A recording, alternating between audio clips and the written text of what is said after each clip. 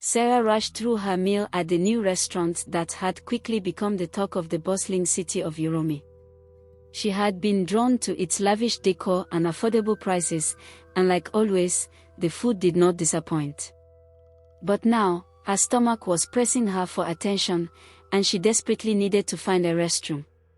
Frantically waving down a passing waitress, Sarah asked, "Please, where is the restroom?" "Just down the hall to your left," the waitress said, gesturing with a polite smile. Sarah hurried off, her heels clicking against the tiled floor. She reached the restroom door and grabbed the handle, but it wouldn't budge. Someone was already inside. She glanced around nervously, biting her lower lip as the urgency grew unbearable. That's when her eyes caught sight of a swinging door labeled "Kitchen Staff Only." Hoping to find another bathroom through the door, she hesitated for a moment before curiosity got the better of her. Pushing it open, she stepped inside. What met her eyes was nothing short of horrifying.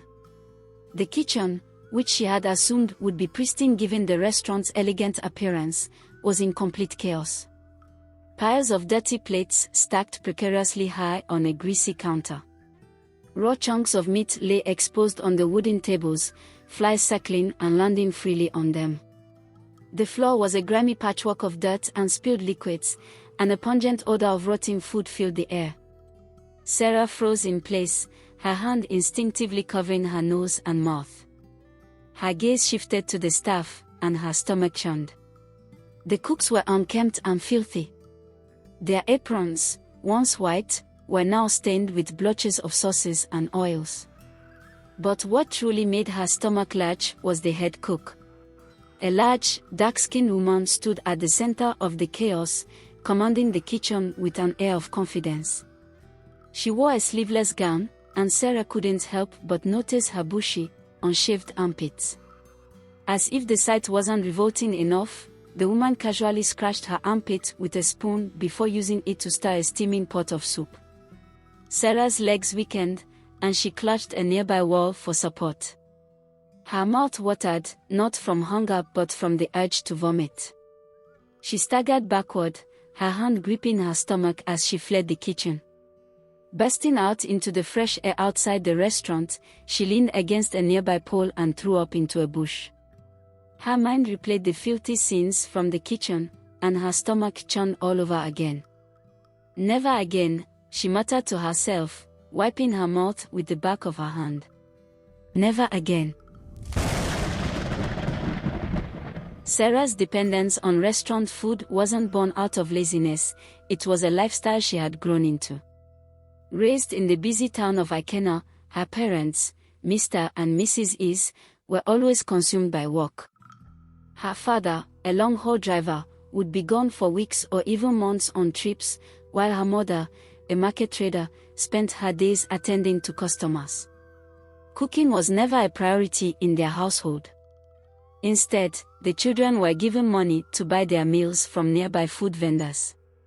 As the eldest of 3 siblings, Sarah often had to take on the role of caretaker. However, cooking was never part of her duties because her mother never taught her. By the time Sarah graduated from university, eating out had become second nature. Whether it was from street vendors or high-end restaurants, she felt more comfortable buying her meals than attempting to make them herself. Even when she was posted to serve as a teacher in the remote town of Obu during her National Youth Service Corps or NYSC year, Sarah stuck to her routine. Her roommate during the service year, Mary, was the exact opposite. Mary was a skilled cook who enjoyed preparing her meals and often spent her weekends at the market picking out fresh ingredients. One day, after watching Sarah return home empty-handed yet again, Mary decided to speak up. "Sarah," Mary began hesitantly, "why don't you cook? It's safer and way cheaper. I could teach you if you want." Sarah waved her off dismissively. "Mary, please. Cooking is too much stress. Why bother when I can just order something and save time? But do you even know how clean these places are?" Mary pressed on. "You're putting your health at risk. It's not just about convenience. Mary, Sarah snapped, her tone icy, it's my money. It's my health. Please, mind your own business. Taken aback, Mary raised her hands in surrender. Fine, Sarah. I was just trying to help. The conversation ended, but Mary's words lingered in Sarah's mind, though she refused to acknowledge it. Sarah's life took an unexpected turn when she met Michael, a charming entrepreneur with a smile that could melt hearts. Their romance blossomed quickly, with Michael often taking her out to fancy restaurants. Sarah was captivated by his charm and generosity, and she looked forward to their dates. One evening, Michael decided to visit Sarah at her apartment. He arrived with a bottle of wine and an eagerness to spend time with her outside their usual outings. As they chatted, Michael's stomach grumbled audibly.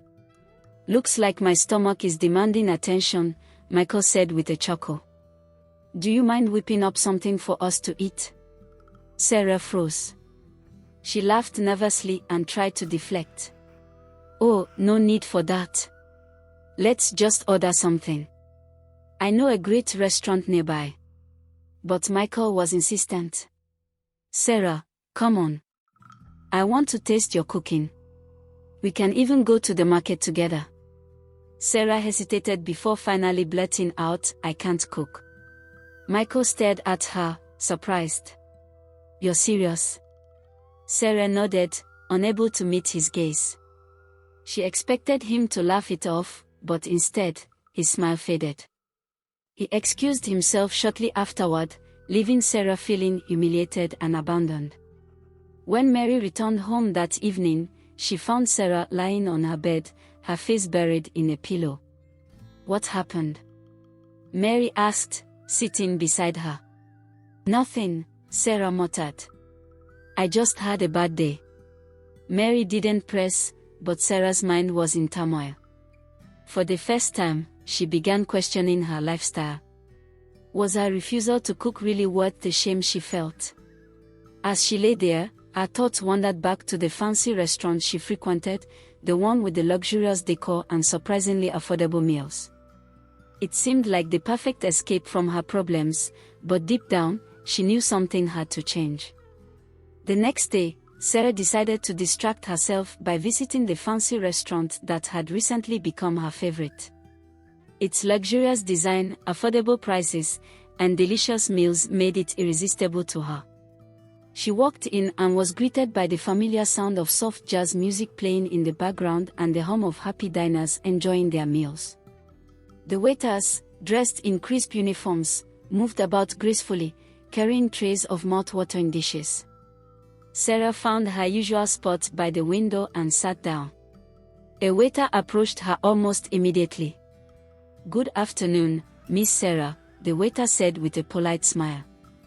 The usual. Sarah nodded. Yes, please. And add a cold bottle of water. The waiter disappeared, and Sarah glanced around the restaurant. Soon, her meal arrived, a steaming plate of jollof rice with spicy grilled chicken and fried plantains on the side. Sarah's mouth watered as the aroma hit her nose. She picked up her fork and began to eat, savoring every bite. This is what I need, she thought to herself. Good food and no stress. As she ate, she couldn't help but notice the steady stream of customers entering the restaurant. It was always busy, and the staff seemed to handle the rush effortlessly. A place this packed must be doing something right, she thought, feeling reassured about her choice. After finishing her meal, Sarah leaned back in her chair, feeling satisfied. She paid her bill and left a generous tip before stepping outside. The warm afternoon sun greeted her, and she decided to take a short walk before heading home. But as she walked, an unsettling memory from the previous day crept into her mind, the image of Michael leaving her apartment, disappointed and silent. She shook her head, trying to push the thought away. That evening, back at home, Mary was in the kitchen preparing dinner. The aroma of freshly cooked vegetables and fried fish wafted through the apartment. Sarah sat on the couch, scrolling through her phone, but the smell made her stomach grumble. Mary walked into the living room with a plate of food and handed it to Sarah. "Here," Mary said. "You should eat this. It's healthier than all those restaurant meals." Sarah hesitated but took the plate. As she ate, she couldn't deny how delicious the food was. It was simple, yet it had a warmth and freshness that restaurant meals often lacked. For a moment, she felt a pang of regret for brushing off Mary's earlier advice. But stubborn as she was, she quickly buried the thought and convinced herself that eating out was still more convenient. A week later, Sarah was at work, typing away at her computer when her stomach began to rumble. She realized she hadn't eaten all day. Picking up her phone, she placed an order from the fancy restaurant and requested that it be delivered to her office. Within 30 minutes, the delivery man arrived with her meal. As she was halfway through her meal, something caught her eye. There, nestled in the rice, was a small, lifeless cockroach. Sarah froze, her fork suspended in midair. Her stomach turned, and her appetite vanished instantly. She disposed of the food quietly and tried to focus on her work, but the image of the cockroach lingered in her mind. For the rest of the day, she couldn't shake the uneasy feeling that something was wrong. That night, as she lay in bed, Sarah replayed the incident over and over in her head. She tried to convince herself that it was just a mistake, an isolated incident. But deep down, a nagging doubt began to grow. What if Mary had been right all along? What if the cleanliness of the restaurant was just a facade? By the following week, Sarah began to feel unwell. It started with a mild stomachache, but by the third day, it had escalated to severe diarrhea and a high fever. She was admitted to the hospital, where the doctor ran a series of tests. When the results came back, the doctor entered her room, his expression serious. "You have a bacterial infection caused by food contamination," he explained. "It's common in environments where hygiene is not properly maintained." Sarah's heart sank. "How serious is it?" she asked weakly. "You're lucky you came in early," the doctor replied. "If left untreated, it could have been life-threatening.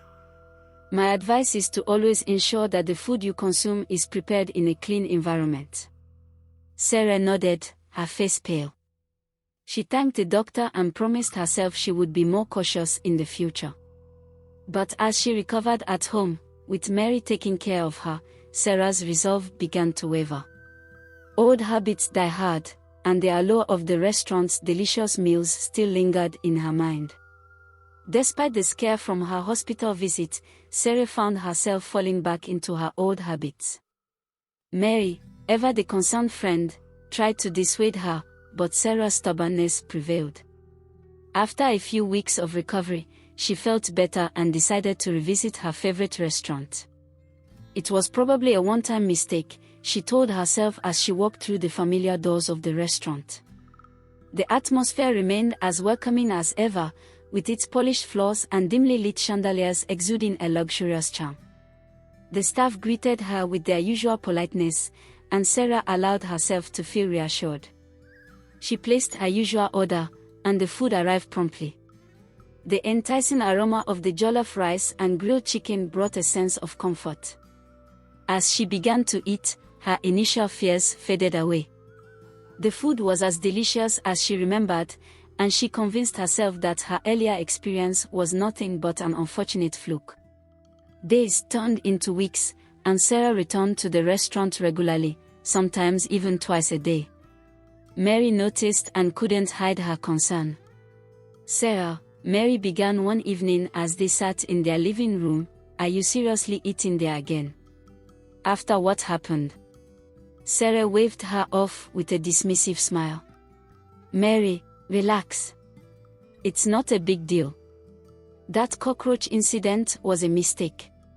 It could happen anywhere." "Anywhere?" Mary scoffed. "Sarah, do you hear yourself? You've been sick because of their food. Why are you so bent on defending them?" Sarah's tone turned defensive. "Because their food is good, okay. I don't have time to cook, and it's convenient for me. Can we drop this, please? Mary sighed and shook her head. Fine. But don't say I didn't warn you. One afternoon, as Sarah walked into the restaurant, the staff greeted her warmly as usual. By now, they all knew her by name and even remembered her regular order. Feeling flattered by the attention, Sarah took her seat and waited for her food to arrive. As she dug into her meal, she noticed a strange taste. The chicken, which was usually succulent and flavorful, tasted off. She paused, examining the meat more closely, and saw that it was slightly undercooked. A wave of unease washed over her, but she brushed it aside, convincing herself that it wasn't a big deal. The next morning, Sarah woke up feeling nauseous. She dismissed it as a mild stomach upset and went about her day. But by evening, her condition worsened. Mary asked, panic evident in her voice. I don't know, Sarah replied weakly, clutching her stomach. I think it's food poisoning. Mary didn't waste time. She helped Sarah to her feet and drove her to the nearest hospital. At the hospital, the doctor confirmed what they already suspected, food poisoning from contaminated food.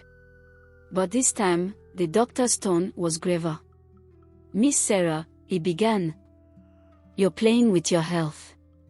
Repeated exposure to these bacteria can cause long-term damage to your digestive system and even weaken your immune system. I strongly advise you to stop eating from questionable sources. Sarah nodded, feeling a mix of shame and fear. For the first time, she realized just how reckless she had been. But even as she resolved to change, a part of her couldn't shake the mystery surrounding the restaurant. How could a place that looked so clean on the outside be the source of such harm? After being discharged from the hospital, Sarah couldn't stop thinking about the restaurant. The experience had shaken her, but it also sparked her curiosity. The establishment's polished exterior and professional staff didn't align with the repeated illnesses it seemed to cause. Something wasn't adding up, and Sarah was determined to find out the truth. That weekend, she devised a plan. She would return to the restaurant, not as a customer, but as an investigator. She wanted to see what went on behind the scenes.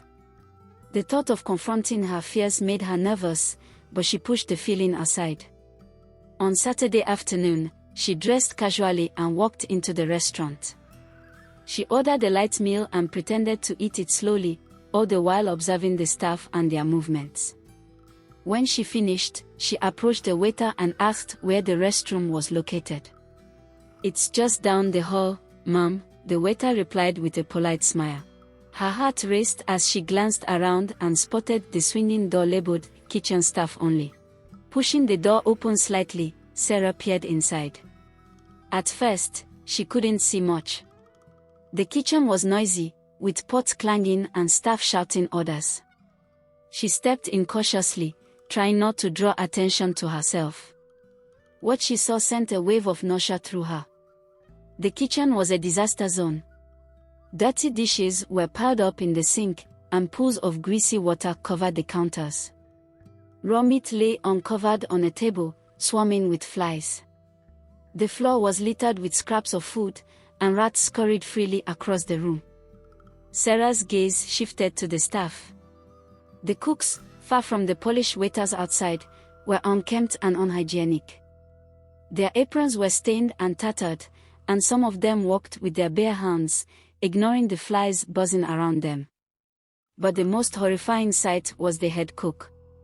A large woman with a stern expression and a sleeveless dress stood in the center of the kitchen, barking orders at the staff. Her armpits were unshaved, and her teeth were stained brown. Sarah watched in horror as the woman scratched her armpits with a spoon and then used it to stir a pot of soup. Sarah's stomach churned violently.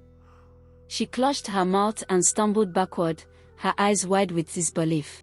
She ran back to the dining area, her face pale and her hands trembling. She sat down for a moment to gather herself, pretending as if nothing had happened. But her mind was racing. All the times she had fallen sick, All the times she had ignored the warning signs, it all made sense now. The restaurant's cleanliness was an illusion, a mask to hide the filth and chaos behind the scenes. Sarah left the restaurant in a daze, her thoughts a whirlwind of disgust, regret, and determination. She knew one thing for certain: she would never eat there again. But the question that haunted her was how many other restaurants operated the same way.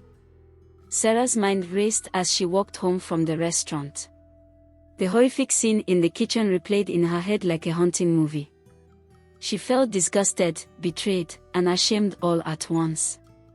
How had she allowed herself to ignore all the signs? For years, she had relied on restaurants for her meals, trusting their polished appearances and friendly staff. Now, she could no longer deny the truth: appearances could be deceiving. When Sarah reached home, Mary was in the living room, flipping through a magazine. She looked up and immediately noticed the troubled expression on Sarah's face. "Sarah, what's wrong?" Mary asked, setting the magazine aside. Sarah hesitated. She wasn't ready to admit what she had seen, but the burden was too heavy to keep to herself. She sank into a chair, covering her face with her hands. "I went back to that restaurant," Sarah began, her voice shaky. "But this time, I saw something horrible." Mary's brows furrowed. "What do you mean? What did you see?" "I saw the kitchen," Sarah continued, her words stumbling out in a rush. "It was filthy, Mary. There were flies on the meat, dirty dishes everywhere, rats running around, and the head cook." Mary leaned forward, her eyes wide with disbelief. "What about the head cook?" She scratched her armpit with a spoon and then used it to stir a pot of soup, Sarah said, her voice barely above a whisper. Mary's jaw dropped. "You're joking." "I wish I was," Sarah replied, shaking her head. "I can't believe I ate there so many times. No wonder I kept getting sick." Mary sat back, letting the information sink in. Then, she sighed and said, "Sarah, I've been telling you this for months. You can't trust these places just because they look clean on the outside. It's time to stop eating out and start cooking your own food." Sarah nodded, tears welling up in her eyes. "You're right. I was stubborn, and I paid the price for it. But I can't ignore this anymore." That night, Sarah couldn't sleep. The image of the dirty kitchen haunted her, and her thoughts kept circling back to the countless meals she had eaten from the restaurant. How many other places were just as unhygienic, hiding filth behind their polished facades? The next morning, Sarah woke up with a renewed sense of determination. She knew she couldn't change the past, but she could take control of her future. She decided it was time to learn how to cook, not just to protect her health but to regain a sense of independence she had lost over the years. Sarah spent the entire morning researching simple recipes online. She made a list of ingredients and kitchen tools she would need, then headed to the market with Mary.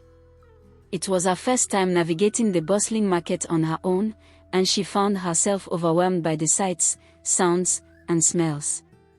But with Mary guiding her, she managed to buy everything she needed. Back at home, Sarah stood in the kitchen, staring at the ingredients spread out before her. She felt a pang of doubt. Cooking seemed so intimidating, and she wasn't sure if she could pull it off. But Mary was there to encourage her.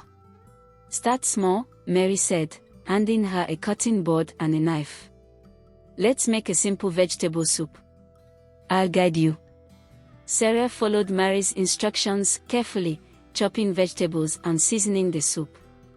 At first, her movements were clumsy, but as the process went on, she began to feel more confident. The aroma of the simmering soup filled the kitchen, and Sarah couldn't help but smile. When the soup was ready, Sarah and Mary sat down to eat. Sarah took her first bite cautiously, unsure of how it would taste. To her surprise, it was delicious.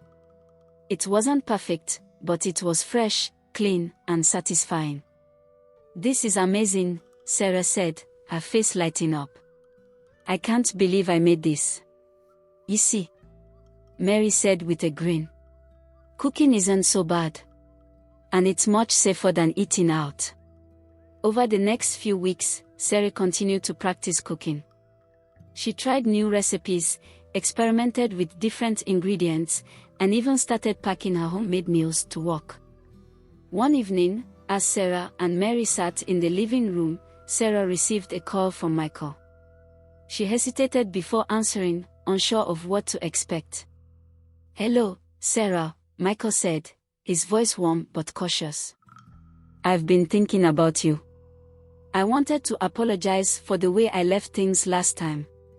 Sarah felt a mix of emotions. She had been hurt by Michael's reaction, but she also knew she had played a part in the situation. "It's okay," Sarah said softly. "I've been working on myself since then. Can we meet up sometime?" Michael asked. "I'd like to see you." Sarah hesitated, but then she smiled. "Sure. Let's talk." After a couple of months, Michael finally proposed to Sarah, and they both got married. Moral of the story: life often teaches us through challenges and mistakes. Sarah's story reminds us that appearances can be deceiving and that true growth comes from within. It's essential to question the things we take for granted, whether it's the cleanliness of a restaurant or the habits we've grown too comfortable with. Sometimes, the hardest changes lead to the most rewarding outcomes. That was what we had for you for today. Hope you loved the story. Thanks so much. Kindly give it a like and also subscribe if you haven't. See you in our next video.